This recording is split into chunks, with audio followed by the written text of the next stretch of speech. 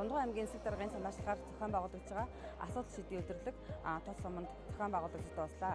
За энэ өдрөлгөөр иргэдээс 2026 оны газар зохион байгуулалтын төлөвлөгөөнд санал авах, за өмчлөсөн газраа заалгаж тэмдэгжүүлэх, шинээр барьсан байшингийн кадастрын зургийг хийлгэх, за мөн улсын бүртгэлийн гэрчлэгээ авах иргэдийн холбогдох материалуудыг бүрдүүлэх ажлыг хийж иргэдэд үйлчиллээ.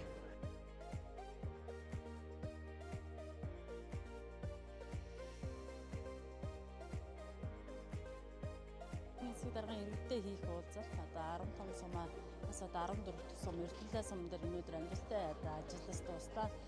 Энэ ажлын хүрээнд одоо манай компаниас газрын харьцаа барилга байгуулалтын газартай хамтран одоо шинээр одоо барьсан хороо хашаа байшингийн одоо кадастрын зургийг хийж одоо мэдээллийн санд одоо бүртгэлжүүллээ.